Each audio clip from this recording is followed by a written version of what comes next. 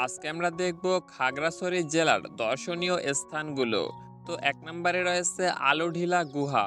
এটি খাগড়াছড়ির সবচেয়ে রোমাঞ্চকর স্থান। পাহাড়ের ভেতরে প্রায় ৩৫০ ফুট দীর্ঘ এই প্রাকৃতিক গুহাটি অত্যন্ত অন্ধকার ও শীতল। গুহার ভেতর দিয়ে ঝর্ণার শীতল জল প্রবাহিত হয়।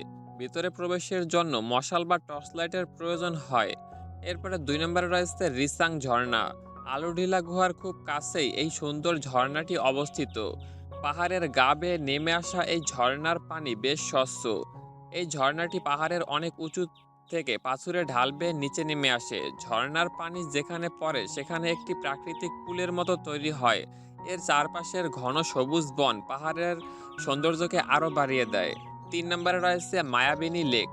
পানছড়ি উপজেলায় অবস্থিত এই কৃত্রিম লেকটি চারপাশে পাহাড় দিয়ে ঘেরা। লেকের স্বচ্ছ জল আর শান্ত পরিবেশ পর্যটকদের মুগ্ধ করে। এখানে নৌকা ভ্রমণের সুবিধাও রয়েছে। ৪ নম্বরে রয়েছে নিউজিল্যান্ড পাড়া। খাগড়াছড়ি শহরের খুব কাছেই অবস্থিত এই এলাকাটি এর সবুজ পাহাড় এবং পরিচ্ছন্ন রাস্তার জন্য পরিচিত। পাহাড়ের ঢাল, সবুজ ঘাস আর পাহাড়ের ভিউ নিউজিল্যান্ডের কথা মনে করিয়ে দেয় বলে এর নাম রাখা হয়েছে নিউজিল্যান্ড পাড়া। ৫ নম্বরে রয়েছে দেবতা পুকুর। পাহাড়ের চূড়ায় অবস্থিত এই প্রাকৃতিক পুকুরটি পর্যটকদের কাছে রহস্যময়। স্থানীয় ত্রিপুরা জনগোষ্ঠীর কাছে এটি অত্যন্ত পবিত্র জায়গা।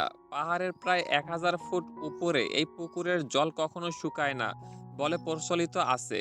৬ নম্বরে রয়েছে শান্তিপুর অরণ্য কুটির। এটি পানছড়িতে অবস্থিত একটি বৌদ্ধ ধর্মীয় স্থান। এখানে দক্ষিণ এশিয়ার অন্যতম বৃহত্তম বৌদ্ধ মূর্তি রয়েছে। গভীর অরণ্যের মাঝে এই মন্দিরটি অত্যন্ত শান্ত ও মনোরম। ৭ নম্বরে রয়েছে হর্টিকালচার পার্ক। খাগড়াছড়ি জেলা পরিষদ পরিচালিত এই পার্কটি পরিবারের সাথে ঘোরার জন্য চমৎকার। পার্কের অন্যতম প্রধান আকর্ষণ হলো এর সুন্দর একটি ঝুলন্ত সেতু। এখান থেকে চেঙ্গি নদীর প্রাকৃতিক সৌন্দর্য উপভোগ করা যায়।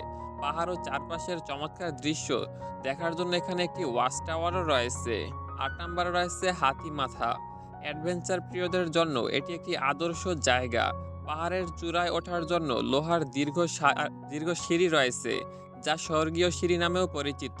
এখান থেকে পাহাড়ের বিস্তীর্ণ রূপ দেখতে পাওয়া যায়। খাগড়াছড়ি ভ্রমণের জন্য শীতকাল নভেম্বর থেকে ফেব্রুয়ারি সবচেয়ে আরামদায়ক। তবে ঝর্ণার পূর্ণরূপ দেখতে চাইলে বর্ষার শেষের দিকে যাওয়াই ভালো। অনেক সময় খাগড়াছড়ি থেকে সাজেক ভ্যালি ভ্রমণের পরিকল্পনা পর্যটকরা একসাথে করে থাকেন। আপনার ভিডিওতে দেখানো জায়গা যদি খুঁজে পেতে অসুবিধা হয় তাহলে গুগল ম্যাপে নাম লিখে সার্চ করলে লোকেশন সহ পেয়ে যাবেন। আপনার প্রিয় জায়গা কোনটি খাগড়াছড়ির অবশ্যই কমেন্ট করে জানাবেন। যাওয়ার আগে আমাদের চ্যানেলটি সাবস্ক্রাইব করে দিবেন।